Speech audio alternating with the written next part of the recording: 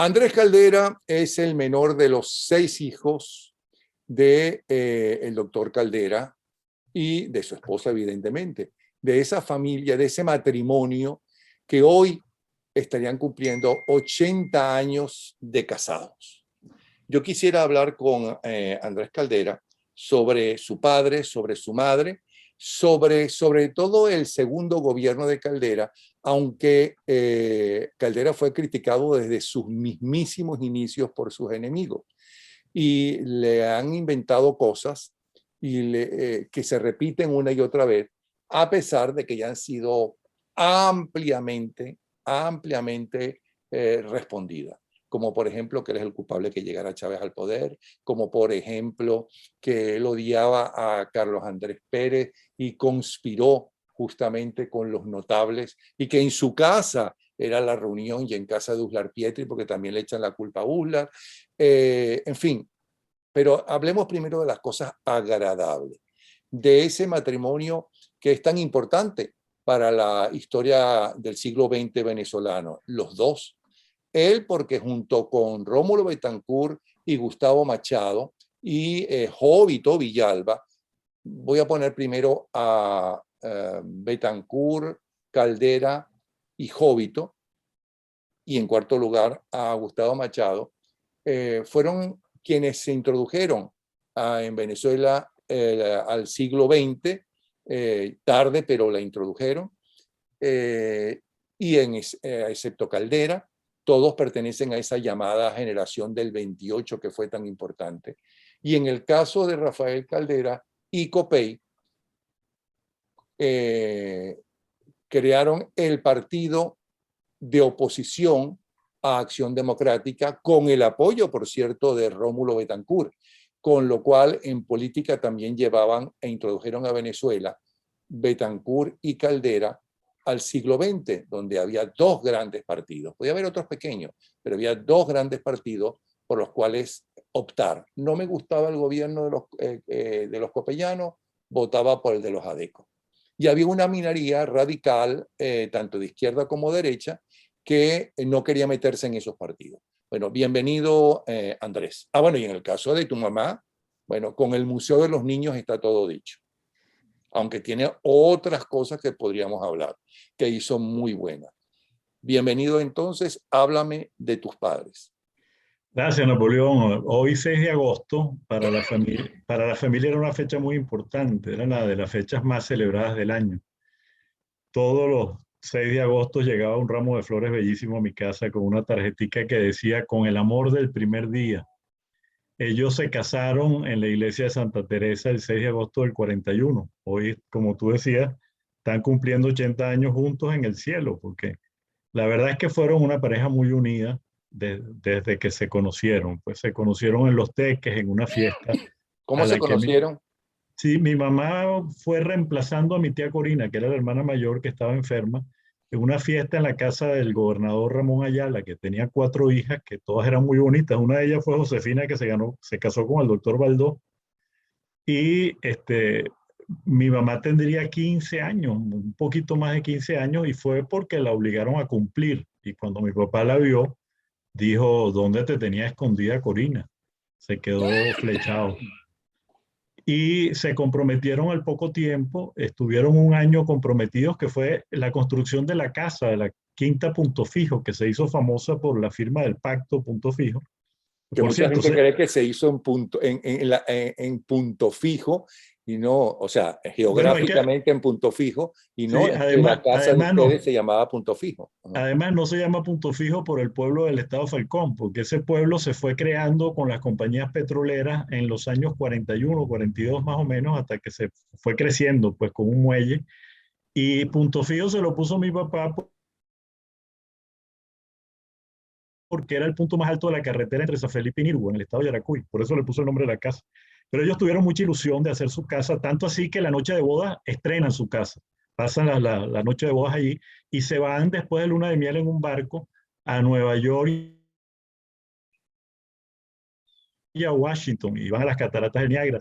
Eso se lo celebraba la prensa cuando fueron en visita oficial de Estado en el año 70, cuando hizo el famoso discurso en el Congreso de los Estados Unidos, que lo recibieron ambas cámaras y habló en inglés y fue la primera vez que se transmitió por satélite a Venezuela en vivo. Un discurso como eso impactó mucho en el país.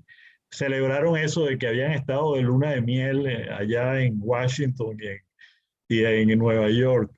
Pero bueno, ellos fueron, bueno, 6 hijos, imagínate, mi papá con una vida muy intensa porque era profesor universitario de 2 materias en 2 universidades, pues, tutelaba tesis, preparaba clases, pero al mismo tiempo fundó un partido político que, como tú bien dijiste, fue lo que permitió que Venezuela no se constituyera un PRI venezolano, porque Acción Democrática copaba completamente el espectro político del país. Rómulo Gallego gana con el 80% de los votos en el año 48. Y ellos empiezan, son un grupo de estudiantes católicos que se separan de la Federación de Estudiantes de Venezuela porque piden la expulsión de los jesuitas y de otras órdenes religiosas. Era una época de un anticlericalismo terrible en el país, porque todos en general, movimientos ideológicos políticos que salieron a comienzos del siglo XX, de la época de las cárceles de Gómez, tuvieron una gran influencia marxista. Después se fueron modificando con el tiempo y el caso de Betancourt se fue abriendo más hacia un socialismo moderado, pero originalmente tenían una posición muy contra la educación privada, el caso de Luis Beltrán Prieto, Figueroa, etcétera, que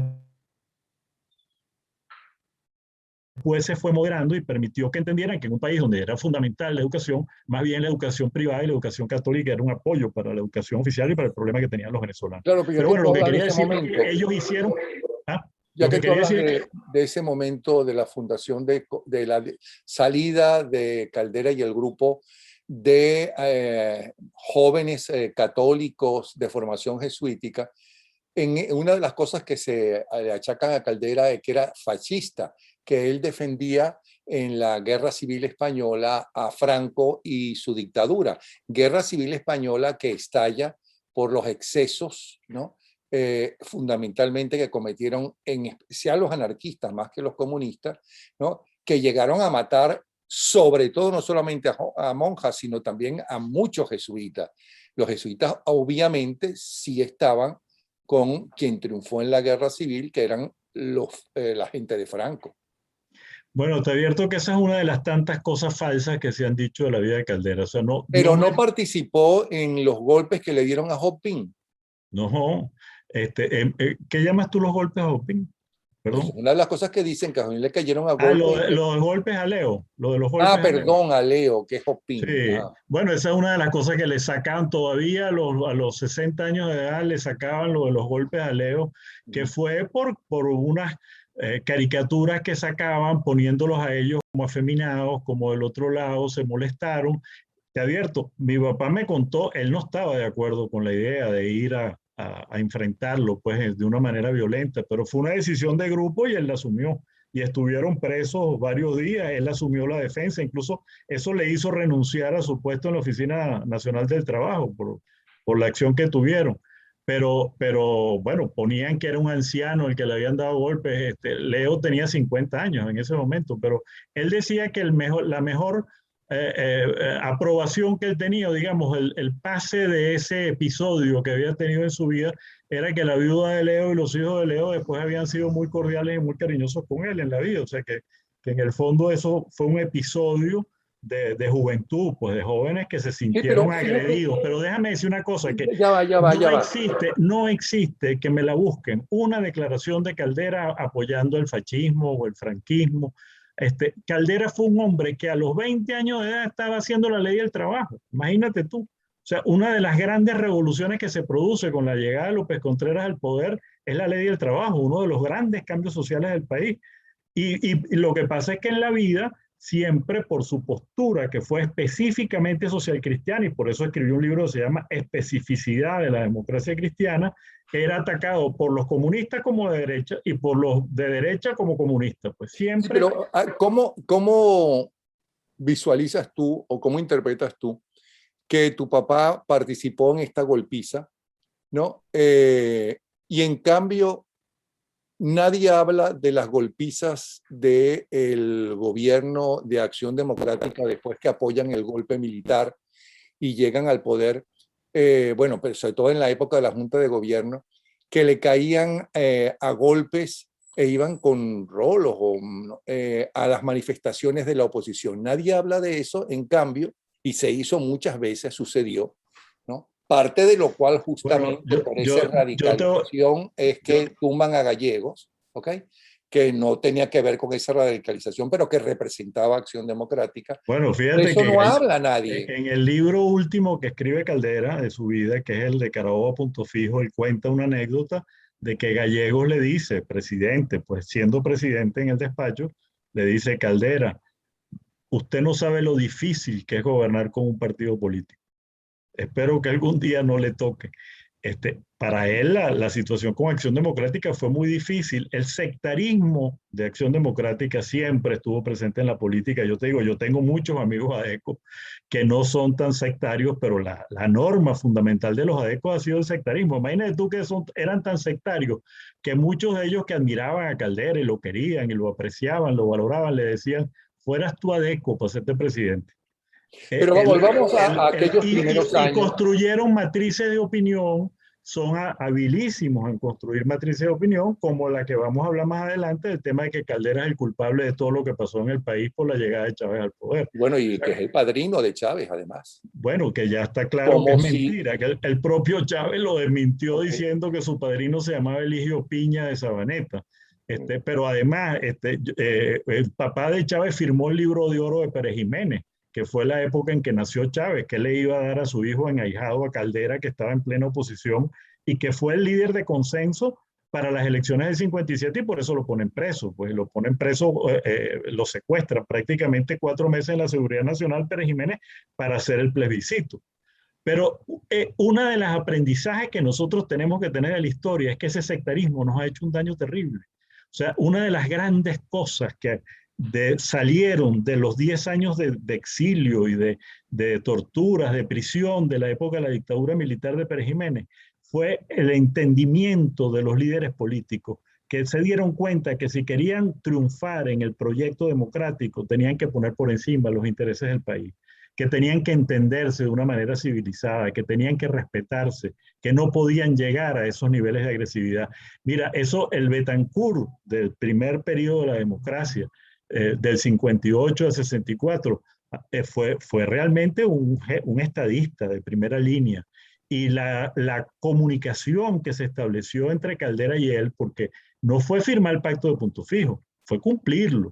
Porque hay que ver la presión que tenía Caldera en esa época de mucha gente que era partidario de él, que le decía: mira, te está haciendo daño el gobierno, te está haciendo daño las líneas de Betancourt, vas a ir a las elecciones y vas a perder. Bueno, yo creo que es el caso de Villalba. Villalba no soportó y se salió del pacto porque en el fondo tenía la presión electoral. En el debate famoso del año 63 de Uslar y Caldera en la televisión, Uslar le decía: usted es el candidato del gobierno y usted es el candidato del gobierno. Bueno, el pacto lo cumplieron hasta el último día, porque tenían conciencia los copellanos de que si no lo hacían se caía el gobierno y que tenían que respaldar a Betancourt. Y esa relación después la reconoció Betancourt. Y fue una relación tan hermosa, Napoleón, que yo te voy a contar. Yo acompañé a mi papá cuando gana Luis Herrera las elecciones. Mi papá dice: yo tengo que ir a ver a Betancourt. Y se fue a verlo a Pacairigua. Yo lo acompañé. Cuando salimos de la casa, Betancourt lo acompaña y había un enjambre de periodistas en la puerta.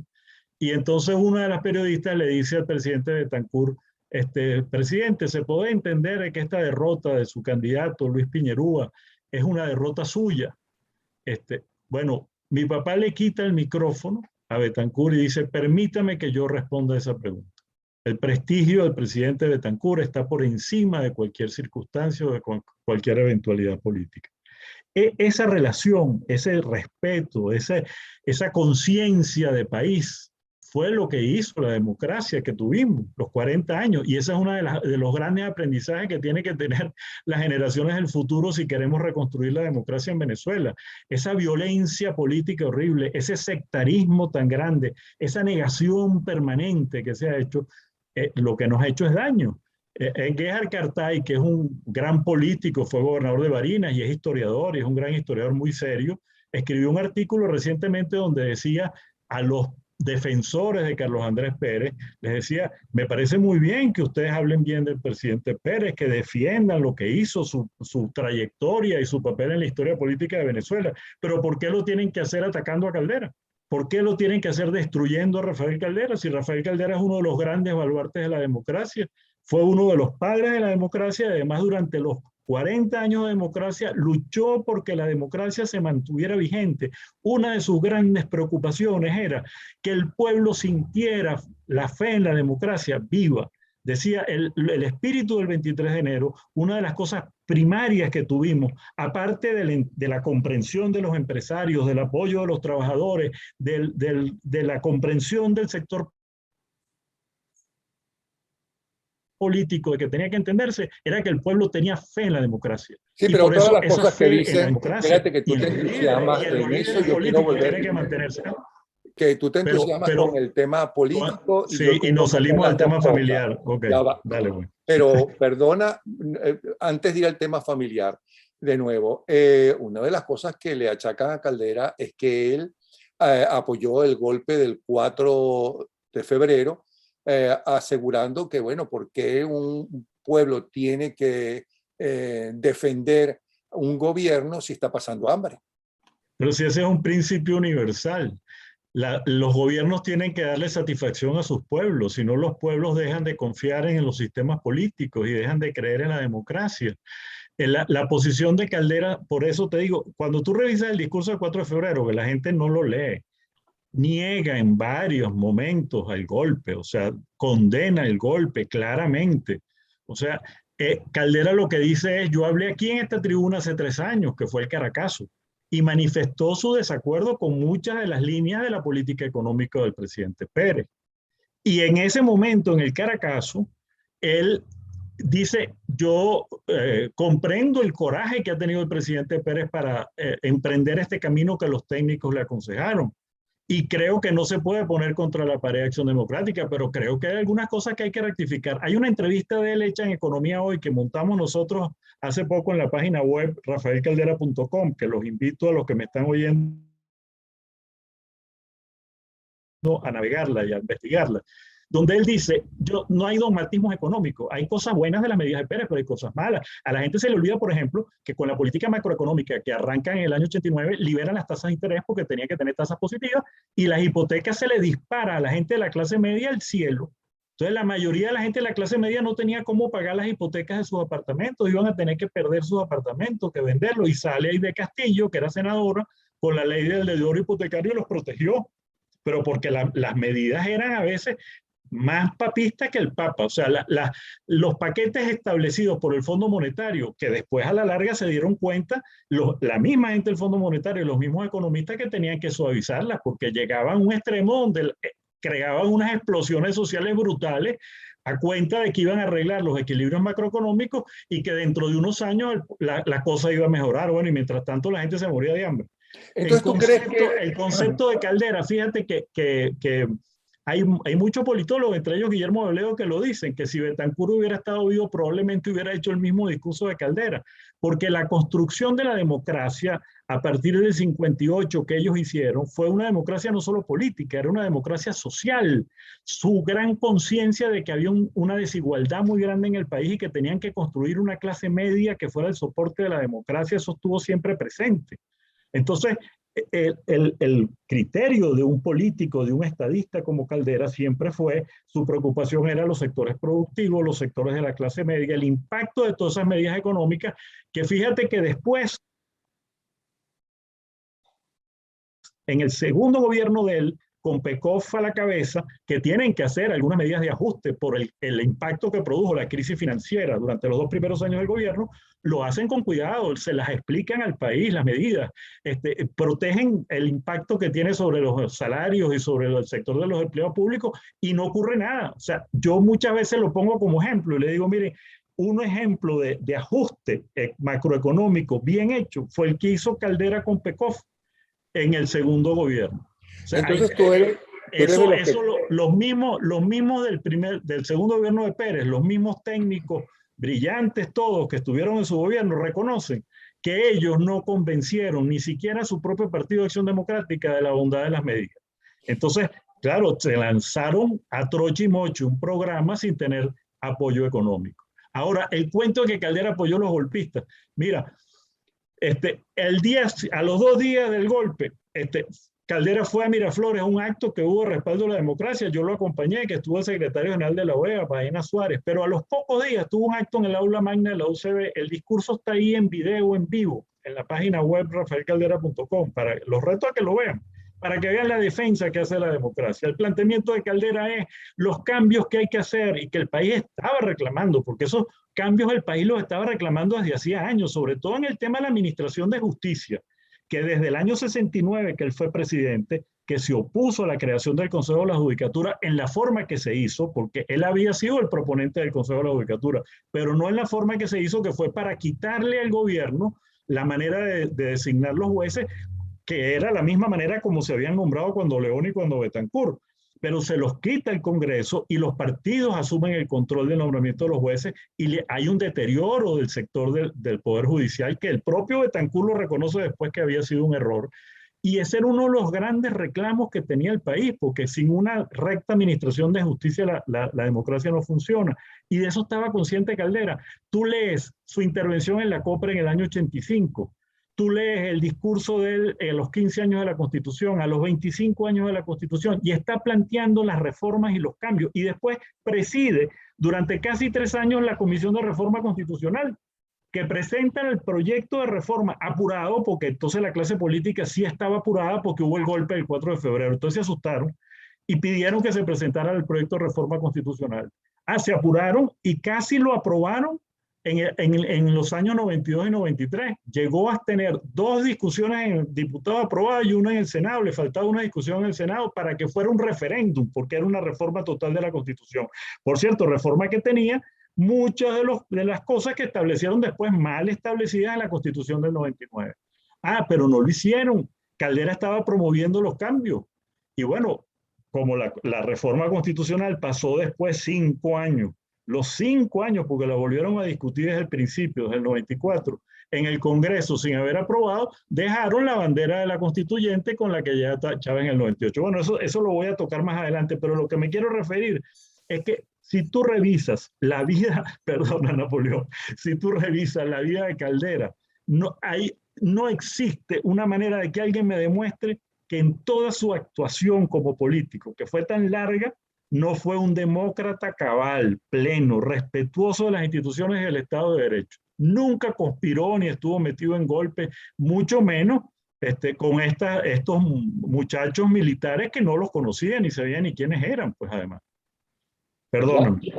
Espero que con la pasión que hablas de tu padre político hables, ¿no?, de la vida familiar de tu papá, pero también de tu mamá y de tus hermanos. 6. Háblame de esa vida familiar. Háblame de tú que fuiste el más díscolo porque los agarraste cansados, porque es el sexto, el menor de todos, y después de educar a 5, como que 6 ya. Bueno, después de educar a 1, ya como 2 es mucho, pero 6, Dios mío. Ok. ¿Cuándo comían juntos? ¿Cuáles son los mejores recuerdos? Un recuerdo en especial que tengas con tu papá y con tu mamá. ¿Cuál era el carácter de uno y el carácter de otro en la casa, en la familia, con los muchachos? ¿Quién de todos era el que se portaba mejor y el que se llevaba mejor con tu papá y que se llevaba mejor con tu mamá, ¿no? Háblanos de eso. Son 80 años se cumplen hoy. Sí, bueno, te doy. Mi papá y mi mamá tenían una gran característica, que eran muy católicos. O sea, eran cristianos auténticos en su vida, pero no de hacia afuera, de la boca para afuera, sino para adentro, pues, ¿no? Eran muy austeros en su manera de ser, eran muy serviciales, vivieron toda la vida para servir, o sea, nunca se ocuparon de ese dinero. Si ellos, con lo que heredaron de sus padres, que lo conservaron y lo mantuvieron, eso sí, mi papá siempre trabajó, porque trabajaba como abogado y llevaba sus casos y con eso, o sea, nunca a nosotros nos faltó nada, pues, para decirlo de otra manera, pero nunca tuvimos nada en exceso tampoco. Yo creo que a todos los 6, si tú les preguntas, el recuerdo más hermoso que tenemos de nuestra infancia era una casita chiquita que compraron en Carrizal, cerca de Carrizal. La casa se llamaba La Esmeralda, era un terreno que compraron a real y medio, decía mi papá, entre mi abuelo Pietri, mi abuelo Liscano y mi papá. Y era una casita de campo muy sencilla, que estaba a 1600 metros. Es que mi mamá tenía un problema de hemoglobina por los partos y le convenía, siempre le convenía estar en zona alta, pues la mejoraba. Entonces para nosotros esa casita fue toda nuestra infancia. Pues ahí era, mi papá montaba caballo con nosotros, uno lo veía, montábamos bicicleta, teníamos una especie de estanque donde nos bañábamos, jugábamos bolas criollas, todos los recuerdos en diciembre se formaba escarcha porque hacía mucho frío en esa época ya. Y bueno, ahí eran las reuniones del Comité Nacional de COPEI, muchas veces iban para allá todos porque éramos una familia, pues en realidad todos los socialcristianos, había una relación de hermandad, de cariño, de compartir ideales tremenda. Y yo recuerdo, por ejemplo, Betancur de presidente, a mí me impresionó mucho una vez que llegó allá en la caravana, porque había un restaurante enfrente que se llamaba La Chaumière, cerca de la casa, y él había ido a almorzar para allá y fue a visitar a mi papá y llegó con el Cadillac, aquel viejo presidente. Me impresionó mucho ver la caravana presidencial allá. Pero todos nosotros tenemos ese recuerdo. Bueno, mi papá era de los que tenía una maquinita de cine de 16 milímetros y nos pasaba películas, pues, para que viéramos las películas en la casa y discutíamos las películas. Se creó la costumbre de que los domingos era el día de reunión y de discusión familiar. Y bueno, claro, él tuvo una vida muy intensa, o sea, realmente Ya va, ya va. su asunto era, espérate, déjame decirte, es que mi mamá era la más presente en la casa, es lo que te quiero decir, pues la más presente con nosotros durante toda nuestra infancia, porque él tenía que viajar al interior, fue desarrollando un partido, haciéndolo crecer. Bueno, en el año 47 hasta por mula andaba por los Andes, pues porque había caminos que no estaban trillados. Entonces, eh, este, pero mi mamá supo hacernos a nosotros compartir esa ausencia de mi papá, o sea, compartir su vida, entender en qué estaba, por qué estaba luchando. Entonces, nosotros todos en el fondo tenemos el criterio de la política y el espíritu de la política, y las discusiones en la casa siempre eran tremendas, pues siempre han sido, ¿no? O sea, en el tema de política todos opinamos y todos participamos, pero una etapa fue punto fijo hasta que nosotros nos mudamos de Sabana Grande, que fue ya muy cerca del triunfo de las elecciones cuando él llega a la presidencia en el año 68, que ya estábamos en Tinajero, en Los Chorros, que nos mudamos a Los Chorros. Que ya era una casa más cómoda, más grande. En Punto Fijo estábamos muy montados uno sobre otro. Yo, por ejemplo, dormía con ellos, con mi papá y mi mamá. Por eso la bomba de Pedro Estrada, que se la tiran a él directo al cuarto, a la habitación, el que se salva milagrosamente soy yo, que tenía 10 meses de nacido.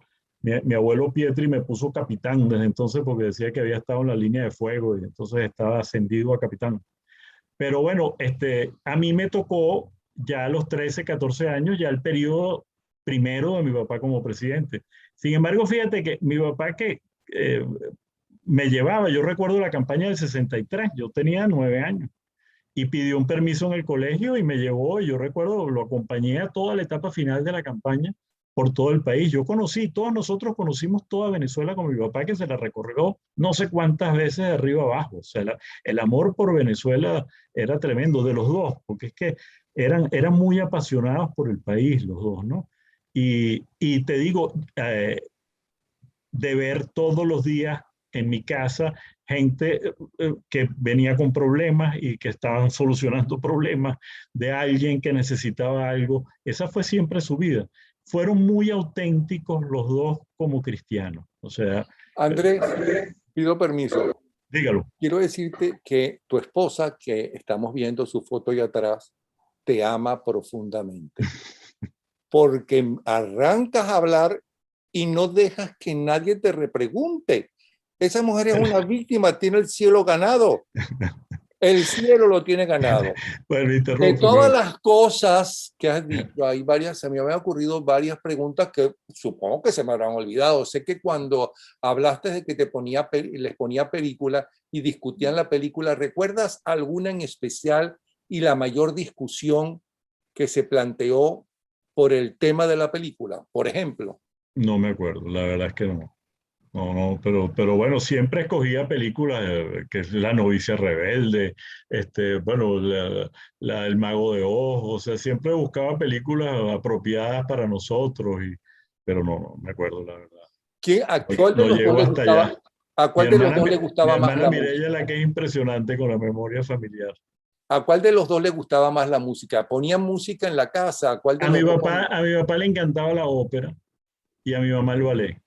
Esa era una discusión siempre que salían de viaje, que estaban por alguna parte, discutían si iban a la ópera o iban al ballet, porque a mi mamá le encantaba el ballet. Pues, y mi mamá fue arpista, fue concertista, fue alumna de Nicanor Zabaleta. Zabaleta decía que fue una de las mejores alumnas que tuvo en Caracas y tenía un camino, siempre tocó el arpa, tenía un arpa muy bonito que le había regalado su papá pero claro, se dedicó 6 hijos, tú sabes lo que es la carga de Pero, 6 hijos encima. Ella fue la que nos levantó, pues estuvo ahí todo el tiempo con nosotros, nos buscaba el colegio, nos llevaba a la natación, nos buscaba a la piscina, estaba pendiente de todos nosotros. Y después cuando llega a la primera presidencia, ella que era muy tímida, porque la gente no lo sabía, pero para mí, mi mamá era muy tímida, o sea, cuando veía una multitud se bloqueaba completamente y tuvo que vencer todo eso cuando le toca ser primera dama y además sustituir una figura como Meca Leoni, que era una mujer desenvueltísima en los medios, con una cancha tremenda, que había sido, bueno, fue una primera dama muy querida en el país y le toca a ella sustituirla, pues, ¿no? Entonces, pero no solo siguió los programas de Doña Menca, o sea, mantuvo el nombre de la Fundación Festival del Niño, que fue como lo creó Doña Menca, y el Día del Niño y el Festival de la Canción, sino que entonces hizo programas de ella. Hizo el plan vacacional, hizo el programa Sopo 200, hizo Páginas para Imaginar, la Semana de Arte y Cultura, el Día del Niño Hospitalizado, o sea, hizo programas con su propio sello en esa época. Pero ella tenía, cada vez que tenía una cámara de televisión, un micrófono, para ella fue tremendo. Y ellos fueron tan unidos, Napoleón. Perdóname que hable, pero tengo que hablar, ¿no?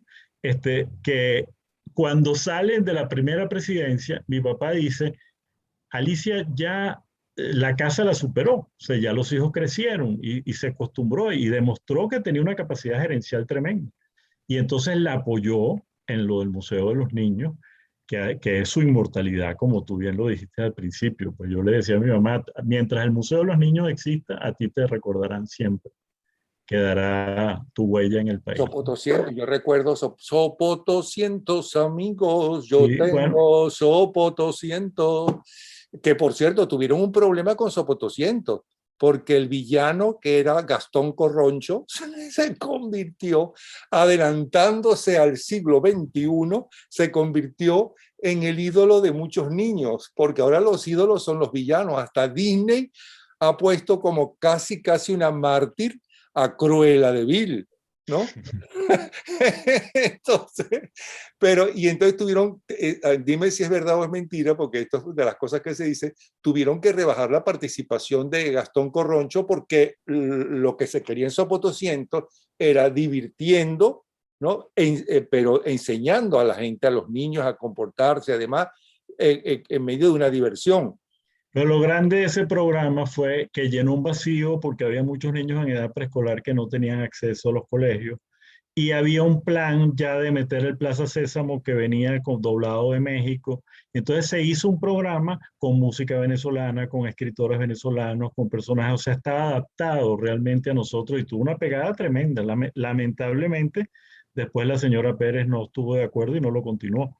Pero el programa todavía la gente lo recuerda, la música, todo lo que significó pues ese programa. Yo no era muy niño para entonces, y fíjate que me acuerdo de la música, la canción, pero yo tenía, el mayor de mis hijos era muy pequeño y lo veía con él. Una cosa, yo recuerdo en tu casa, bueno, en la casa de tus padres, ¿no? Y tú vivías ahí también, no te habías casado.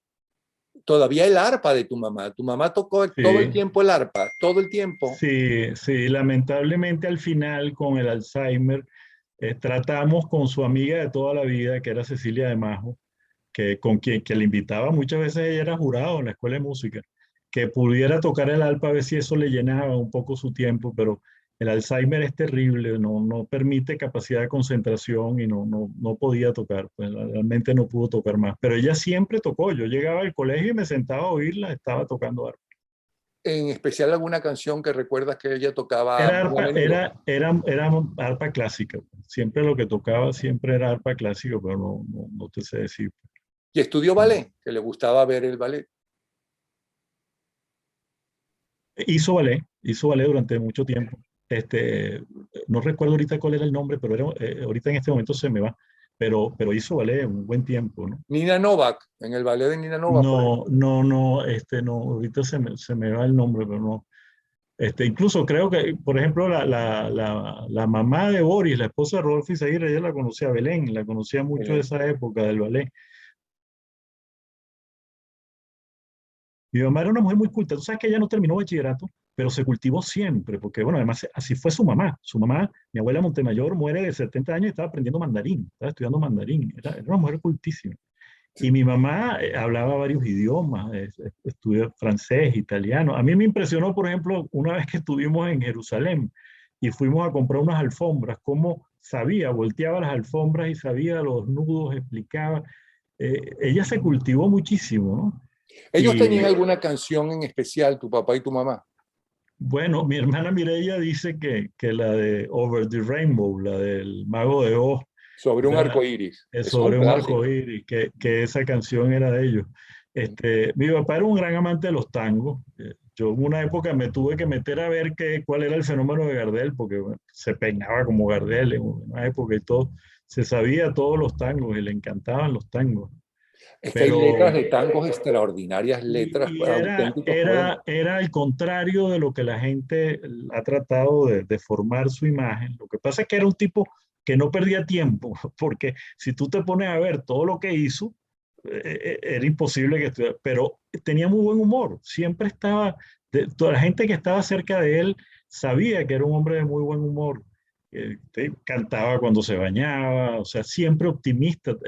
Luis Alberto Machado, que fue uno de los hombres muy cercanos a él en una época, decía que a él le impactaba ver después de una derrota al día siguiente cómo Caldera se levantaba, afectándose con, y vámonos, aquí estamos, ¿no? Seguimos en la lucha. Yo creo que eso le vino mucho de mi abuela María Eva, que fue una gran mujer, una mujer extraordinaria. Estudió creo que hasta tercer grado nada más en San Felipe, pero ella empujó a mi abuelo Liscano, que no había terminado los estudios de Derecho, y estuvo con un puesto que tenía en la supervisión de las cloacas en Caracas, terminando, se graduó summa cum laude en Derecho, después fue presidente de la Academia de Ciencias Políticas, fue presidente del Senado, hay una medalla del Colegio de Abogados Tomás Liscano, escribió el libro La moral del abogado y la abogacía, que ha tenido mucho reconocimiento, fue presidente del Estado Falcón, y tuvo a Rafael Caldera, que fue el que crió, que era su sobrino, porque mi papá quedó huérfano a los 2 años de madre, y bueno, fíjate dónde lo llevó. Era una mujer extraordinaria, tenía un sentido del humor increíble, o sea, bueno, mi papá, cada vez que tenía un discurso o alguna presentación y llegaba a la casa, decía, ya me va a llamar mi mamá para decirme que lo hice bien, para felicitarme. Mira, Era, era un hijo extraordinario, Teberto. No había un día que no la viera o no la fuera a visitar. Y bueno, ella era, hasta el Día de los Inocentes lo cogía por inocente todos los años. Era muy cómica en su actitud. hablando del Caldera político, y tengo miedo de volver a tocar el tema porque me vas a arrancar y vas a hablar durante 20 minutos y quiero volver al familiar. Eh, fuera de cámara, no en la televisión, sino en la casa de ustedes, yo le pregunté, ¿y por qué usted se lanzó tantas veces, ¿no? A la presidencia? ¿Por qué no dejaba que otros se lanzaran a la presidencia de su partido? Entonces él me contestó, mire, Napoleón, todas las veces que yo me lanzaron, las primeras veces, sabíamos perfectamente que no íbamos a ganar porque Copey era un partido pequeño, pero nos ayudaba a ir por todo el país, ¿no? Y sembrar la idea social cristiana. De manera que cuando hubo alguna oportunidad de ganar, realmente creo que me tocaba, después del sacrificio de estar meses completos durante varios años, ¿no? Haciendo eso. Eso fue lo que él me contestó.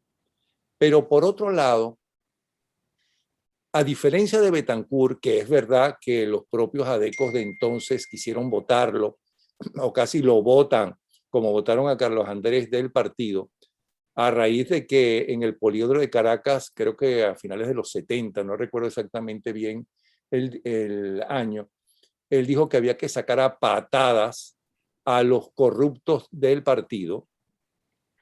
De milagro no lo sacan a él los corruptos, porque ya los corruptos tenían un gran poder. Eso no significa que todos fueran ladrones, sino que evidentemente los delincuentes necesitan infiltrarse, inclusive llegar, ¿no?, al poder absoluto, como ha sucedido en Venezuela, ¿no?, ahora con esta banda de delincuentes, ¿ok? Que lo que interesa es tener el poder para hacer negocios, para robar, para lo que sea, excepto para el país. Pero en el caso de Caldera, ¿por qué razón Caldera termina fuera del partido que él fundó? ¿Qué es lo que pasa? ¿Por qué inclusive hay copellanos que hablan peor de que Caldera que los enemigos de Caldera naturales?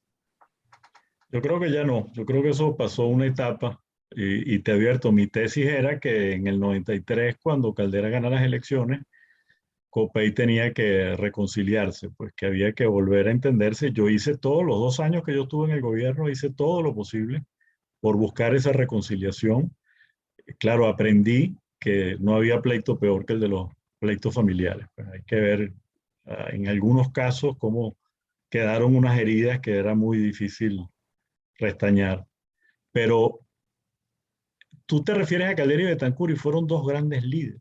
O sea, en el fondo fueron jefes que abrieron camino. O sea, este, Betancur, fíjate que en el 48, cuando viene la candidatura de Gallegos, Delgado Chalbaud le dice, usted debería irse y quitar la prohibición, el compromiso que hicieron, y la propia Virginia Betancur se lo oí decir en una entrevista pública, que a ella le parecía que ese había sido uno de los grandes errores de su padre. La prohibición que se impusieron los miembros de la Junta de ser candidatos en el 48. Y le decía, usted debe irse y volver porque Gallegos no es político y a Gallegos lo van a tumbar. Se lo dijo Delgado Chalbaud. Betancur era un líder, era un jefe. Y te advierto una cosa, yo creo que en el 73 él no es candidato porque, entre otras cosas, el atentado a los próceres lo dejó muy afectado. O sea, su condición y su salud después del atentado a los próceres nunca fue igual. Se salvó de milagro, ¿no? Pero la presencia de ellos en la jefatura política quedó demostrado en cierta manera que permitió una orfandad después en lo que ocurrió en la democracia venezolana. En la política yo hago una marca en la Perdona, democracia. perdona, Ajá. perdona. Los acusan exactamente de que no dejaron desarrollarse y llegar a la presidencia a las generaciones que le correspondía después de ellos. No, pero fíjate, yo hago una diferencia en la democracia entre las tres primeras presidencias que fueron Betancur, León y Caldera y lo que vino después. Carlos Andrés Pérez es de otra generación distinta a la de Betancur. Y a Carlos Andrés Pérez le toca en la primera presidencia la primera bonanza petrolera. Los ingresos en el año 74 daban para pagar toda la deuda del país, de toda la historia, y todavía sobraba dinero. Fue una cosa brutal lo que le entró al país como recursos por el aumento de los precios del petróleo. Y entramos en la gran Venezuela, que llamaron la Venezuela Saudita, que desquició al país completamente, triplicó la burocracia, quintuplicó la deuda y lo peor de todo, instauró la inflación, que fue lo que pagó la clase media y que empezó ese malestar de la gente con la democracia y con la situación política. Bueno, espérate, bueno, pero sigo. Bueno, ¿qué ocurre en el caso de Copey? Bueno, ahí se generan algunas diferencias ideológicas grandes. La primera es por la ley del trabajo. La reforma de la ley del trabajo, 50 años después, Caldera se plantea que hay que hacer una nueva ley del trabajo, lleva un proyecto en el año 85 del Congreso y empieza una discusión por el tema de las prestaciones sociales, en el cual se enfrenta Caldera al empresariado completo y la dirección de su partido no lo acompaña. Y después el tema del paquete económico de Pérez, igual. Caldera se enfrenta al paquete económico de Pérez Y se enfrenta, fíjate que lo dice después muy claramente, no por dogmatismo económico, sino porque consideraba que algunas de las medidas se estaban aplicando exageradamente y al tiempo le dio la razón. Y eso lo diferencia y lo aparta, claro, eso fue lo que acercó a Caldera al MAS en esa etapa de la vida política. Ahora, yo lo que insisto es que yo creo que una vez transcurrido esa elección del 93, tenía que producirse otra vez el reencuentro. Y eso es un poco lo que ahorita está ocurriendo a nivel de los socialcristianos. Estamos nuevamente pasando la página, dejando el pasado, reintegrándonos, reincorporándonos a lo que debe ser nuestra posición frente a la sociedad y frente al país. Pero te quiero decir una cosa, Napoleón, perdóname que yo no quisiera que perdiéramos, se nos acabara el tiempo de la entrevista, porque veo que vamos avanzando mucho sin poder tocar el tema de Chávez, porque es un tema recurrente permanentemente. Tu programa tiene demasiada audiencia, la gente te escucha mucho, y para mí es una gran oportunidad que no tengo normalmente de abordar el tema y de enfrentar Ok, lo sí, que sí, han sí, tratado de lo construir vas a unas redes tocar. de opinión Espérate, terrible. Y lo la vamos a segunda tocar. cosa es la posibilidad de presentar en tu programa un documental al que me atreví yo durante un tiempo a trabajar sin ser cineasta, ni productor, ni nada de aquello, pero aunque siempre he sido aficionado, sobre el segundo gobierno de Caldera, que ha sido un gobierno estigmatizado, maltratado, mal considerado, mal juzgado, cuando realmente no han analizado a fondo lo que allí ocurrió en ese quinquenio, ¿no? Entonces quisiera que no se nos acabara el programa si pudiera tocar esos dos temas. Ok, no, no se va a acabar el programa sin tocar esos dos temas. Bueno, déjame darte la introducción. El hecho de que que tu papá haya buscado, ustedes, porque tú estabas en ese gobierno también, a Teodoro Pekov, que viene del Partido Comunista, inclusive que se le considera uno de los padres del eurocomunismo, ¿no? Que es una excepción importantísima del comunismo ortodoxo, marxista, nos hace pensar que como ahora se piensa, todos los partidos políticos, incluyendo COPEI y claro, Acción Democrática, son partidos socialistas en el fondo comunistas, porque ahora todo lo que es socialismo es visto como comunismo. Es decir, tu papá, ¿cuál era el pensamiento político de tu papá? ¿Y por qué busca a Pekov, un tipo brillante, evidentemente, como lo fue, ¿ok? Pero que nunca dejó de ser de izquierda? E incluso en el gobierno de tu papá se aplicaron medidas que Carlos Andrés Pérez II intentó hacer con una serie de jóvenes brillantes y que tengo que entender les pasó lo mismo que le pasó a Macri. Es decir, no es solamente poner esas medidas, sino tratar de suavizar, ¿no?, con algunas otras medidas diferentes y El modo de temporales aplicarlo. el dolor, la angustia, ¿no?, de la gente. Creo que, y además, como me ha dicho Miguel Rodríguez, un hombre brillante, evidentemente, me ha reconocido, no le supieron explicar a la gente lo que querían hacer. Bueno, que tenían a Pastora Hidra, ¿no?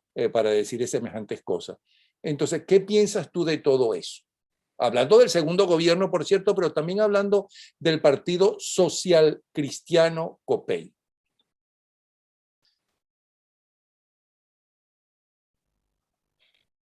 Te interrumpió un poquito la voz ahí, pero más bien no dijiste.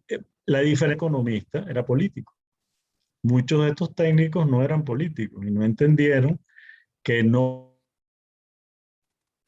basta con saber las cosas muy brillantemente en teoría, sino tratar de ponerlas en la realidad, en la política, que es el mundo de los seres humanos, pues el mundo de las realidades humanas. Entonces, eh, muchos de los misma gente de Acción Democrática que tenía años ahí fueron pasados, atropellados, gente que llegó tú tienes que tomar en cuenta la gente que está allí, que enfrenta pues la realidad. Eh, Caldera fue siempre, toda su vida coherente con la línea social cristiana, con la línea ideológica social cristiana. Y por eso, cuando tú dices ahora está estigmatizado el socialismo, claro, porque nos hemos calado estos 20 años del socialismo del siglo XXI, del comunismo, como llamaba Fidel Castro, que era el socialismo del siglo XXI, y entonces ahora todo lo que huele a social es socialismo, por favor. si todos los partidos aquí, cuando empezaron la democracia, tenían conciencia social, por lo mismo que hablamos antes, porque hay una desigualdad muy grande, porque si tú no construyes una clase media, la democracia no tiene viabilidad. Fue la cantidad de médicos, de ingenieros, de gente que trabajó para cambiar la realidad de un país depauperado que venía del siglo XIX, de la guerra de independencia y de la guerra real totalmente destruido, de las endemias que tuvimos, de lo que pasamos. O sea, lo único bueno que tuvimos de la guerra federal fue que nos igualó, pero hay que ver cómo quedó el país. Ese cambio que se produce en la segunda mitad del siglo XX de Venezuela por la democracia, es la época de mayor progreso, de mayor ascenso social, de mayor movilidad. Por eso una de las cosas que yo ahora reclamo siempre es que aunque tengamos posiciones distintas, porque unos sean adecos y otros sean copellanos, otros tengan maneras de pensar diferentes, nosotros los demócratas tenemos que defender lo que se hizo en la democracia en esos años frente a lo que ha pasado después. Pero te digo una cosa, Pekov tuvo la virtud de separarse del Partido Comunista Ruso, es el que rompe y rompe con Fidel Castro y abre el MAS y hace un socialismo distinto, un socialismo light, pues, ¿no? Pero ¿dónde se encuentra con Caldera? En la ley del trabajo, en la lucha por la reforma de la ley del trabajo, en esa etapa es donde se encuentran y donde conversan gente que habían sido adversarios toda la vida, porque Caldera les da la libertad en la pacificación del primer gobierno, pero sin ninguna condición, y al día siguiente que salen a caerle encima, a atacarlo, a hacerle oposición desde el primer día. Y fíjate, sin embargo, terminaron siendo muy amigos. Es impresionante la amistad con Pompeyo y con Teodoro, cosa que yo creo que es beneficiosa para el país, fue beneficiosa para el país. Tú dices, bueno, esos hombres no le aportaron al país y a la democracia. Pekov económicamente fue en el segundo gobierno bastante ortodoxo en materia económica. Sí, yo recuerdo que Gustavo Tarre, por ejemplo, era uno de los que me decía que su candidato para ministro de Hacienda era Pekov. Y lo que pasa es que fue la manera como aplicaron lo que llamaron la Agenda Venezuela, que está reflejado en este documental al que vamos a presentar al final, la forma como lo hicieron, que yo la pongo como ejemplo. Si Macri demostró al final que reaccionó tarde, que tenía que haberlo hecho mucho antes, que tú no puedes estar aplicando unos planes por más claros en el papel que sean, porque tú estás actuando sobre la vida de seres humanos, con realidades de gente. Y el gran mérito que tuvieron ellos fue que aquí no explotó nada, no hubo ningún alzamiento militar, no hubo muertos en manifestaciones políticas, no había presos políticos, y todo eso se hizo, pues, ¿no? Todos los ajustes que hicieron, que tuvieron que hacerlos además después por el peso de la crisis financiera que tuvieron, que fue brutal para el país y que han tratado de silenciar totalmente de la historia reciente del país. O sea, la crisis financiera se genera en el segundo gobierno del presidente Pérez. El doctor Tinoco, que es presidente del Banco Central durante la mayor parte de los años, impide que se hagan las reformas en el sistema bancario, ni que se abra el sistema bancario a la inversión extranjera. Eso no lo hablan. Y se genera una ola de autocréditos de los accionistas y de las compañías relacionadas que hace que muchos bancos, más de la mitad del sistema financiero, perdieron su capital. Y eso explota en el año 93, donde estaban ofreciendo ya el 100% de depósitos por las colocaciones a plazo. Bueno, eso le revienta a Caldera en la mano cuando llega en el primer gobierno. Hay que ver lo que tuvo que pagar con eso y después hacer. Y los 5 años, fueron 5 años dentro de todas las protestas y dentro de todas las cosas que fueron 5 años en paz. O sea, entregó el país estabilizado. Entonces, el criterio social es un criterio de simplemente tener en cuenta que la política y las acciones se toman sobre la gente. O sea, ese concepto de que a la gente hay que enseñarle a pescar. No le des de comer, sino enséñale a pescar. Ajá. Y mientras le enseñas a pescar, se muere de hambre. Tienes que ocuparte de la gente mientras tanto, mientras aprende, ¿no? Eso fue, por ejemplo, los programas sociales que se hicieron, que compensaron en mucho las caídas de ingresos, pero sin embargo, fíjate, en ese segundo gobierno, el salario mínimo estaba en $184.9, o sea, casi $185 era el segundo de América Latina. El ingreso per cápita era $4.000 por año. Dentro de todas esas circunstancias, compáralo con lo que tenemos hoy, con lo que estamos viviendo hoy en Venezuela. No me has dicho Perdóname. si tu papá es de centro derecha, de centro izquierda, era de Es, centro, si es era social fascista, cristiano, si era es comunista. social ¿Eso qué cristiano, es significa ser social social cristiano? cristiano, el social cristianismo es una posición específica, única, y es un centro izquierda, es un centro derecha, es un centro que está allí. ¿Por qué? Porque cree en la dignidad de la persona, porque hay una cantidad de conceptos que están vinculados al social cristianismo, que vienen de la doctrina social de la iglesia, que tienen mucho que ver con la responsabilidad social. O sea, no es a trocha y moche. Fíjate, por ejemplo, cuando ocurre la crisis bancaria, los radicales de derecha decían, hay que dejar que la gente pierda su dinero. Quebraron, los bancos quebraron, la gente tenía un seguro de 400.000 bolívares en Fogade, bueno, eso es lo que vamos a pagar, es que la gente quiebre. Ajá. Y resulta que la mitad de la gente del país que tenía sus ahorros metidos en la banca se quedaban en la inopia, en la carraplana. O sea, ¿cómo tú puedes permitir eso? ¿Cómo puedes dejar que eso ocurra en esa forma? Ok. Ya está claro de que tu papá no fue el padrino de Chávez, y aunque hubiera sido el padrino de Chávez, eso no significa absolutamente nada, porque inclusive cuando uno tiene varios hijos, un hijo puede salir muy bueno y el otro pésimo, ¿no? Y tienen la misma educación y demás. Pero ya el propio Chávez aclaró quién fue su padrino. ¿Cómo es que se llama el padrino de Chávez? Eligio Piña. Eligio Piña, ok. Ya aclaraste que inclusive cuando nació Chávez y buscó padrino, el padre de Chávez era perejimenista, ok, está claro. Terminó siendo socialcristiano, ¿no? Cuando Caldera llega al poder, ok, ya está aclarado.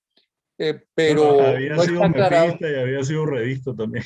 Ok, pero lo que no está aclarado es por qué conspiró, como dicen, contra la propia democracia que él fundó junto con Betancourt, con Jovito Villalba y también con Gustavo Machado, ¿por qué no? Y con un montón de gente más, pero estoy hablando de 4 líderes que defendieron y que lucharon contra Marcos Pérez Jiménez para instaurar de nuevo el régimen de partidos, elecciones, etc. Ok, ¿qué pasó? ¿Por qué conspiró contra la democracia? Nunca conspiró contra la democracia. Lo que planteó era la necesidad de las reformas que había que hacer en la democracia para que el pueblo no perdiera fe en ella. Todos los reclamos que había sobre la misma posición de la dirigencia política, sobre el tema del Poder Judicial, sobre la necesidad de mayor participación. Si Caldera estuvo siempre abanderando las reformas necesarias. Bueno, te digo, la ley del trabajo que la hace en el año 36, el mismo es el que promueve en el año 50 la reforma, porque era un hombre que tenía conciencia social de los cambios sociales y que la ley tenía que estar al día. Nunca conspiró, Caldera siempre fue un tipo que fue de frente y decía las cosas de frente, por eso a veces caía mal, porque su posición era siempre clara, contundente, nunca se reunió con nadie. Ese cuento de los notables, nunca se reunió en la casa de Uslar con nadie, con ningunos notables. A veces podía ser que coincidieran públicamente en una posición, pero imagínate tú, si por la misma ley del trabajo tuvieron una discusión pública el doctor Uslar y Caldera, y Caldera retó a Uslar un debate en esa época de la ley del trabajo, tuvieron un enfrentamiento público por ese tema. Entonces después la gente decía, no, que conspiraban, que se metían allá. Han inventado todo lo que les ha dado la gana. Y entonces, en definitiva, lo que han sacado, y es lo que yo quiero tratar ahorita en este momento, es que Caldera es el culpable de todo lo que pasó en estos 20 años en el país. ¿Por qué? Porque soltó a Chávez. Sí, claro que lo soltó, pero no lo hizo presidente. No lo llevó a Miraflores. Y no estuvo de acuerdo con el proceso constituyente que fue el que le dio todo el poder a Chávez. Porque si a Chávez lo hubieran elegido presidente y tiene que gobernar con el Congreso que se eligió en el año 98, donde estaba en minoría, como le tocó a Caldera las 2 veces gobernar en minoría, hubiera tenido los controles y hubiera tenido que negociar con ese Congreso, y a los 5 años, en el año 2004, hubiera tenido que entregar la presidencia de la República. Ah, pero no, le dieron la constituyente y se la dio todo el país, pues empezando por la Corte Suprema de Justicia y todos los medios de comunicación y los empresarios, etcétera, etcétera. Imagínate tú que en la elección del 98, Chávez gana con el 56% de los votos y 6 meses después la constituyente tiene el 96% de los constituyentes son chavistas. Bueno, ¿dónde estaba el 40% restante del país presente en esa constituyente? ¿Qué era lo que quería Chávez con esa constituyente? Eliminar la reelección inmediata. Propone el periodo de 7 años, que lo negocian hasta 6, pero quitan la reelección inmediata. En Venezuela había que esperar 10 años para volverse a presentar a ser presidente, o sea, había que entregar. Ese era su objetivo. Y elimina el Senado, que tenía el control de los ascensos militares por parte del Senado, y así tiene el control de las Fuerzas Armadas. Eso se lo permitió el país como un todo a Chávez. Caldera se opuso al referéndum de la constituyente. Es más, la cara de Caldera cuando entrega la presidencia era de funeral, porque además el juramento de Chávez es jura sobre la moribunda Constitución del 61, que era en buena medida obra del propio Caldera. Y además la insatisfacción, la frustración de Caldera de haberse pasado los 5 años diciéndole al Congreso, donde estuvo en minoría, que había que aprobar la reforma constitucional. Y entonces, claro, le dejan la bandera de la constituyente a Chávez para que Chávez la imponga. El gran cambio que se produce en el país es en el año 99 con la constituyente. Porque, ok, a Chávez lo eligieron 3.600.000 personas, es verdad. Y claro, ahora nadie votó por Chávez. La culpa es de Caldera porque lo soltó. Y resulta que tenían enfrente un candidato surgido de la descentralización, que cuando se aprueba la descentralización, cosa que le reconozco al presidente Pérez, que lo aprobó, por cierto, propuesta por Osvaldo Álvarez Paz mucho antes y por Enrique Salas Romer, tenían a Enrique Salas, que había sido gobernador de Carabobo, lo habían reelegido gobernador y habían electo a su hijo por la gestión que había hecho. Y en esa época habíamos dicho que ya los presidentes no iban a ser improvisados, que los presidentes iban a salir experimentados de sus gestiones como gobernadores y como alcaldes. Y resulta que 3.600.000 y tantos venezolanos prefirieron a un comandante que había administrado una cantina frente a un señor que había administrado un estado como Carabobo, tan importante como Carabobo, con éxito. Entonces tú explícame eso. Pero la culpa es de Caldera porque Caldera lo soltó.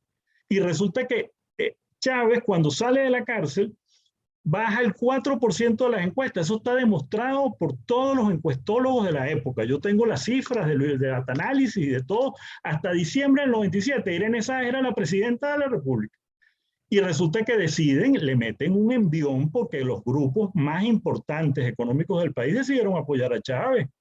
Porque yo me imagino, digo yo, creían que Chávez iba a ser una especie de nuevo Pérez Jiménez, un de derecha, un militar de derecha. Bueno, hasta el propio presidente Pérez, en el programa que hace con Marcel Granier de Primer Plano, el 22 de noviembre, que lo tienen en YouTube, lo pueden ver completo para que ustedes vean lo que dice el presidente Pérez en ese programa. Él dice que Chávez se está entendiendo con los Estados Unidos para aislar a Fidel Castro. O sea, que el presidente Pérez no pensaba que Chávez iba a ser de izquierda, sino que iba a ser de derecha.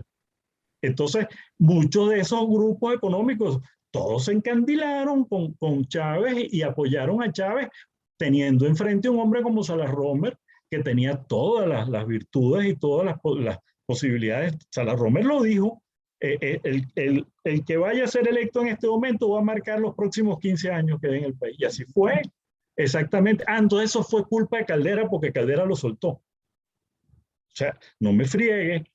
O sea, ¿pero por qué lo suelta?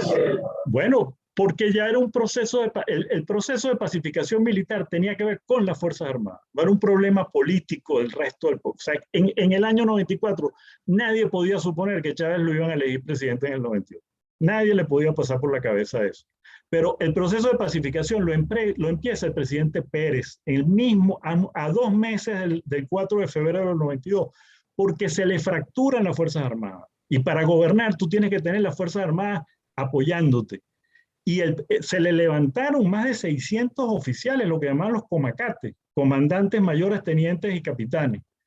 Y resulta, bueno, ahí están los decretos del presidente. Ustedes van a ver en el documental que hicimos sobre el segundo gobierno, un decreto del presidente Pérez, sobreséase la causa a los siguientes oficiales. Ahí está gente como Suárez Chourio, ahí está gente como Rangel Silva, ahí está gente como Marcos Torres, que lo sobreseyó el presidente Pérez. ¿Qué se iba a imaginar el presidente Pérez que estos señores iban a tener la figuración que tuvieron después?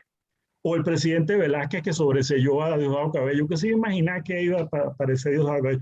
Su problema en ese entonces, y eso fue una política hecha por los 3 presidentes, por Pérez, Velázquez y Caldera, que es el que la concluye, iba dirigida a las Fuerzas Armadas, a tranquilizar a las Fuerzas Armadas para poder gobernar en el país en medio de una crisis brutal en la que estaba el país. Entonces, cuando Caldera llega en el 94, te termino rapidito esta idea, Para encima completar de una todo, cosa que tú dijiste, a mí me dijo tu papá en privado también que su objetivo fundamental, lo más difícil que tenía que lograr, era que no hubiera otro levantamiento porque tenían la información que dentro de las Fuerzas Armadas había más gente involucrada en el famoso golpe de la que estaba presa, de las que todo el mundo conocía. Eso me lo dijo tu papá. claro que sí, pero si además el propio general Ochoa dice que sacan del cuartel San Carlos, lo sacan para Yare, porque tenían miedo de que en un fin de semana con las visitas fueran a asaltar el cuartel San Carlos y soltarlos. Tenían muchísima simpatía, pero además un gran liderazgo dentro de las Fuerzas Armadas. Yo creo, es mi conclusión personal, que Chávez hizo ese liderazgo en la Academia Militar. Chávez era un tipo muy simpático, un tipo en el tete muy entrador. Eh, y pero lo que quiero decir es que en el año 94, cuando Caldera llega, con una crisis financiera ya montada, porque ya el Banco Latino estaba cerrado y ya estaban las protestas y las huelgas y el lío por el Banco Latino. En minoría en el Congreso, donde ya estaba introducida una ley de amnistía para soltarlo, para liberarlo.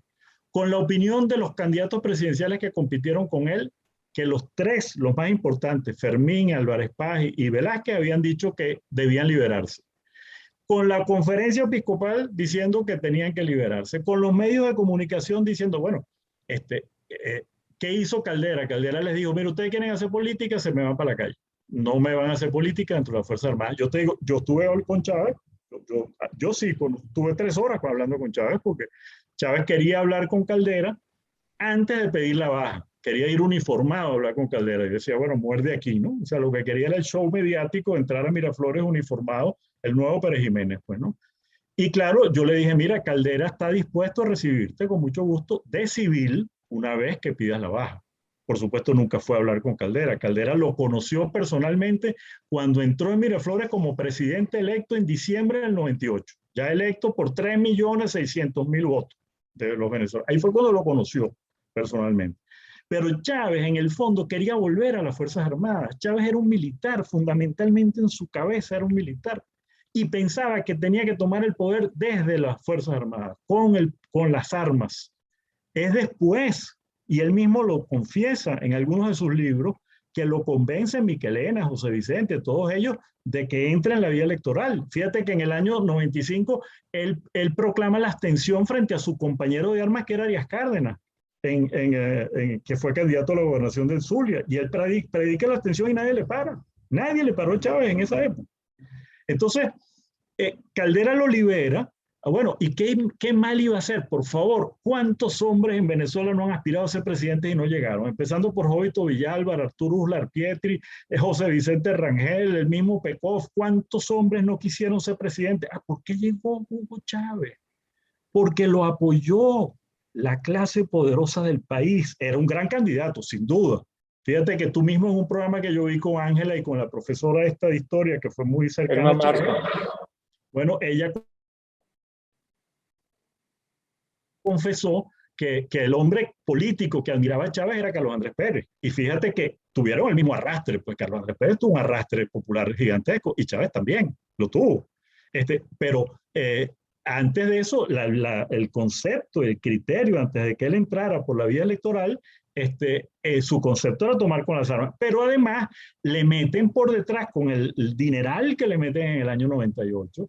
Claro, amplifican su mensaje y superpotencian su acceso a todas las clases del país. Mira, tan es así. Salah Romer es uno de los que dice que tiene pruebas, que John Magdaleno tiene un tracking de data análisis, que hubo un momento en que estaban los dos iguales. Bueno, y fíjate, hay hechos, por ejemplo, muy significativos, simplemente para analizar. El presidente Pérez, por ejemplo, yo estoy seguro que el presidente Pérez no quería que Chávez fuera presidente. Pero el programa que hace con Marcel Granier el 22 de noviembre, que ahí está, lo pueden ver en YouTube, él le cae encima a Salah Romer, que era el que podía ganarle a Chávez. O sea, ni siquiera dice voten por Miguelito Rodríguez, que fue mi ministro, que era candidato presidencial.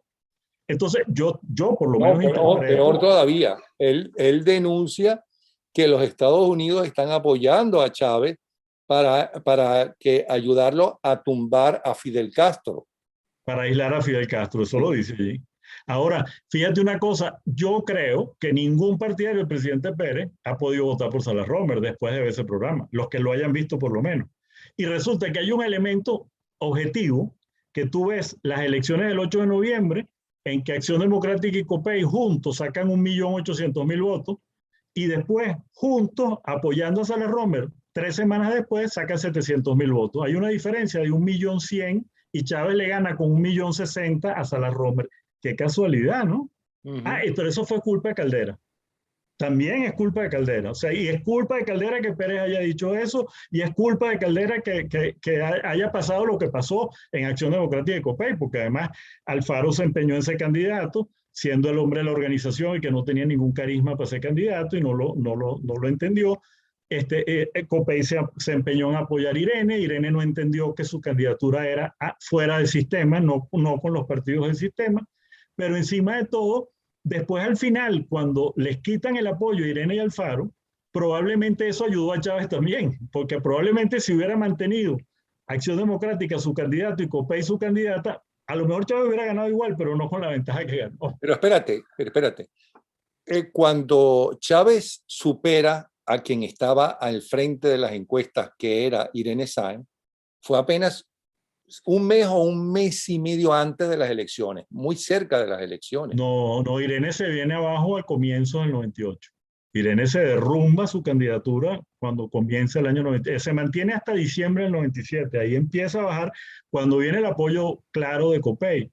Sí, yo se lo decía, Irene, o sea, tú no, a lo mejor no has entendido que no es por Bella o por la gestión que has hecho muy buena en Chacao como alcaldesa, sino que la imagen sigue siendo porque el país está votando contra el sistema. Yo, por ejemplo, tengo una tesis. Bueno, pero a lo mejor también lo que le pasó, que le pasó a Salas Romer, ¿no? Que era un excelente candidato, que fue un excelente gobernador, era porque querían, mucha gente decía que él en el fondo sí representaba a DEI y COPEI, cosa que él aclaró que no. ¿Okay? No, pero es que lo apoyan al final. Después de que Acción Democrática lo había atacado durísimo en la campaña, creyendo que él era el adversario, porque no se dieron cuenta que Chávez se les estaba metiendo por los palos. No se dieron cuenta. Es que todavía, mira, yo sé de gente experta en encuestas, algunos, que en diciembre del 97 decían que Chávez tenía el techo de la izquierda y no podía ser presidente. Ahora, fíjate, te voy a dar otro argumento más, porque Mercedes Pulido, que tú la quisiste mucho, yo sé que la respetabas mucho, decía, bueno, no les gustó el asobrecimiento de Chávez porque salió malo, porque si hubiera salido bueno, les hubiera parecido muy bueno, porque así es la gente, ¿no? Bueno, resulta que la misma gente de la oposición del país que critica a Caldera porque sobresoyó a Chávez, apoyó a Francisco Arias Cárdenas como candidato en el año 2000. Toda la oposición lo apoyó y Francisco Arias Cárdenas era un hombre del 4 de febrero y también sobreseído por Caldera igual. Y que supuestamente era el verdadero líder, por lo menos más preparado que Chávez. Y eso es el amor-odio que tiene Arias Cárdenas y ha tenido con Chávez. Una cosa, por lo que dices y lo que está en esa entrevista con Marcel Granier, Carlos Andrés Pérez nunca pensó que Chávez era comunista. Tú que hablaste con él y que además escuchabas lo que él decía en las encuestas, ¿en algún momento pensaste que era comunista o tu papá, después que deja el poder y escucha a Chávez, en algún momento pensó que era comunista como aparentemente ahora todo el mundo ya lo sabía antes de que Chávez fuera candidato? No, es que fíjate que incluso hay toda una tesis, todo un encuentro de que a Chávez lo infiltraron en las Fuerzas Armadas, Fidel Castro, no sé qué. Chávez conoce a Fidel Castro en diciembre del 94, porque Caldera va a la reunión de Río. Hay una declaración, yo la saqué en estos días en las redes nuestras. Caldera dice ahí que tiene que haber elecciones libres en Cuba, justas y democráticas.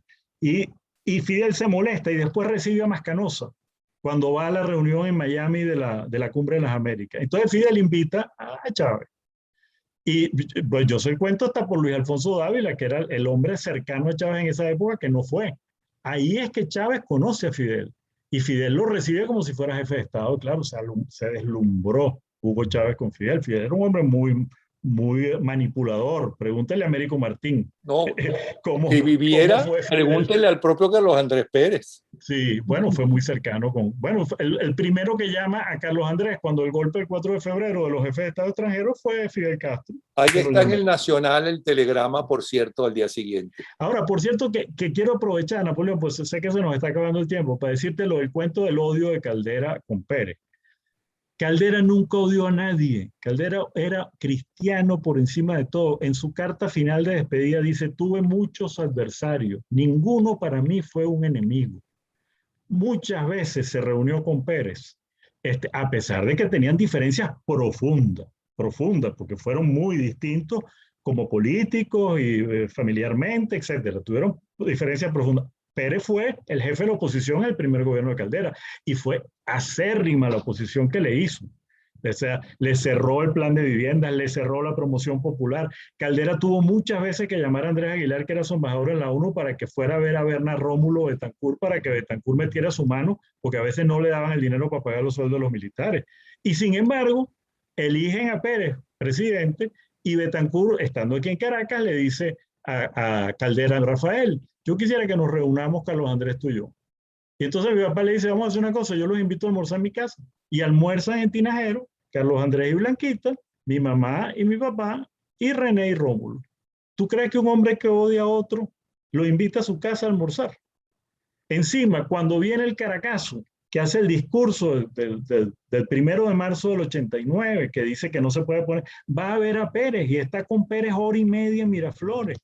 Y Pérez le dice que hay una reunión en Atlanta auspiciada por el Grupo Carter, a la cual Caldera estaba invitado porque Caldera tenía años peleando por el problema de la deuda externa, porque la deuda externa pesaba en más del 30% del presupuesto de nuestro país y en los países en vías de desarrollo, y le dice, yo voy, entonces Pérez le dice, véngase conmigo, y se van juntos en el avión. Y escribe un artículo después de esa reunión donde elogia la participación del presidente Pérez. Tú me vas a decir que un hombre que odia a otro escribe algo de lo... Mi papá nunca odió a nadie, siempre fue de frente en sus posiciones, eso sí, por convicción, porque creía en ellas, porque creía en el bien del país. Podía equivocarse como nos equivocamos todos los seres humanos. Claro que tiene errores, pero sí, fue, mira, si hasta Miguel Silvio Sanz, que fue su carcelero en la época de Pérez Jiménez, se estaba muriendo en la cárcel y tenía un cáncer terminal y mi papá lo indultó en la primera presidencia. Pedro Estrada, que decían que era su gran enemigo, yo le pregunté una vez, que fue el que tiró la bomba que a mí casi me quita la vida, le pregunté una vez, mira papá, dime la verdad, Pedro Estrada es tu único enemigo. Bueno, me dijo, mira hijo, yo no tengo enemigos. Bueno, es más, él tenía una historia muy bonita, de que su papá le dijo cuando murió, mi abuelo Caldera, pues Rafael Caldera Izaguirre, le dijo, hijo, no te dejo un centavo, pero no te dejo un solo enemigo. Y él me dijo, mira, yo a Pedro Estrada le ofrecí todas las garantías para que regresara al país en la primera presidencia. Eso sí, tenía que arreglar su problema con la justicia, pero le garantizaba su vida, pues. Y él no quiso venir, pues se quedó fuera porque Pedro Estrada además vivía muy bien en París. Pero eh, no fue un hombre nunca de rencores ni de odios. Sí, una de las cosas más hermosas que nos dijo a nosotros los bachilleres del Colegio San Ignacio, que ahorita cumplimos 50 años en el acto de graduación, fue, yo quisiera que cuando los vean a ustedes en algún sitio digan, ahí hay un hombre que tiene fe para creer, esperanza para luchar y corazón para comprender y perdonar. Ese fue Caldera.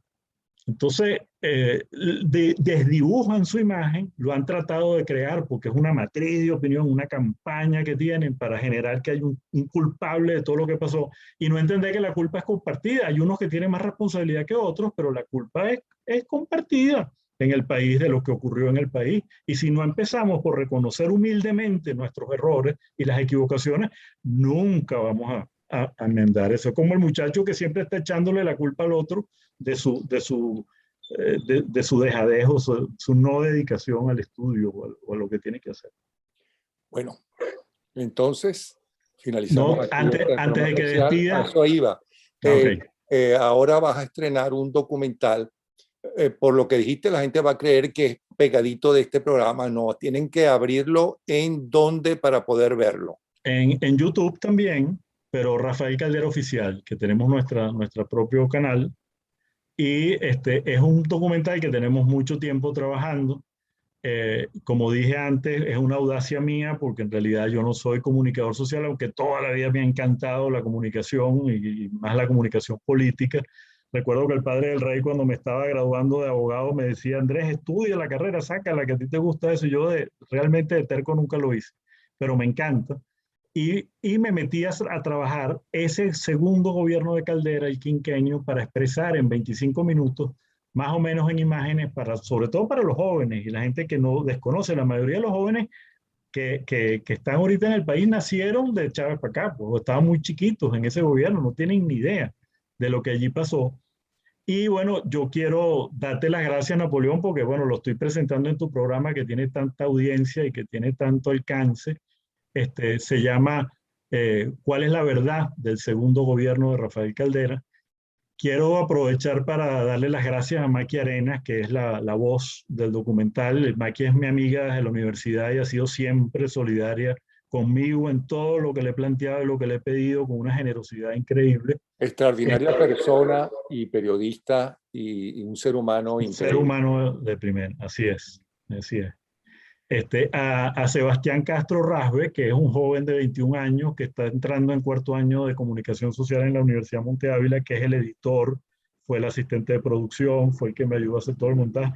Un muchacho brillante, con una gran capacidad. Espero que este documental le dé posibilidades de crecer en su trabajo y en sus cosas. Para mí fue una experiencia maravillosa el contacto con él, la relación con él. Y a Gabriel Bracho, que me ayudó en la digitalización de muchos de esos videos que estaban en VHS, que había que limpiarlos, que algunos de ellos costó mucho, porque todavía tienen algunos brincos y rayas, pero bueno, tú sabes cómo es eso, cómo se transformó la tecnología tan rápido y él con mucha paciencia me estuvo ayudando a hacerlo. Y después, bueno, Guillermo Ramos Flamerich, que me ayudó con el guión y me hizo observaciones muy interesantes. Francisco Plaza, mi compadre, que siempre está conmigo.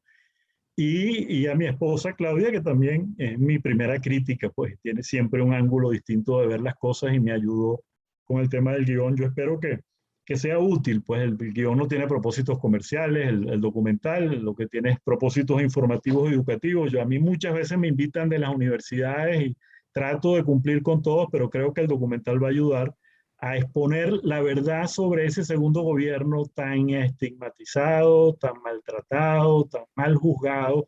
Las cifras que aparecen allí todas son del Fondo Monetario Internacional o del economista Luis Javier Grisante en un trabajo muy serio que hizo, que está en nuestra página web, que se llama La gestión económica y petrolera del presidente Caldera 1 y 2. O sea, todo lo que está allí no está inventado. Son hechos concretos que ocurrieron en ese periodo si hubiera sido otra, la realidad después, si hubiera sido, en mi caso, como lo he dicho hoy, Enrique Salas Romer, el presidente de Venezuela, estaríamos en una situación muy diferente. Venezuela estaría mucho mejor que cualquier país de América Latina, sobre todo después de la segunda bonanza petrolera que tuvimos y ya habiendo hecho la apertura que nos iba a llevar a producir 5 millones de barriles diarios. Pues hay que ver lo que significaba eso para Venezuela. Gracias, Andrés Caldera, el menor de los 6 hijos del matrimonio, del cual hemos recordado un poquito, ¿no? Merecían más, evidentemente, pero la pasión política y los problemas y las luchas políticas merecían que fuera aclarado todo lo que se aclaró por parte de Andrés. 80 años hubieran cumplido hoy de matrimonio. 80. Bueno, lo están cumpliendo en el cielo, estarán Bueno, juntos allá. okay. Desde la eternidad nos acompaña. Te iba a decir una cosa, claro que mi mamá no necesita que la defienda nadie porque hay que ver el cariño y el respeto y el aprecio que tiene en general, pero me obligaba, porque realmente creo que se ha sido muy injusto en los ataques y en las matrices que se han tratado de hacer con Rafael Caldera, y te agradezco muchísimo, Napoleón, la oportunidad y el tiempo que me has dado con el prestigio y el respaldo del público que tiene. No, no, yo encantado porque te conozco a ti, conozco a tus padres, ¿no? Un poco menos a tu hermano, el que fue gobernador, y ustedes son excelentes personas y una gran familia. Un abrazo, ¿sí? Y Gracias, mi Marco. solidaridad con tu esposa porque ya tiene el cielo ganado segurito. ¿Ok? Hasta luego, un abrazo. Chao. Gracias, Marco.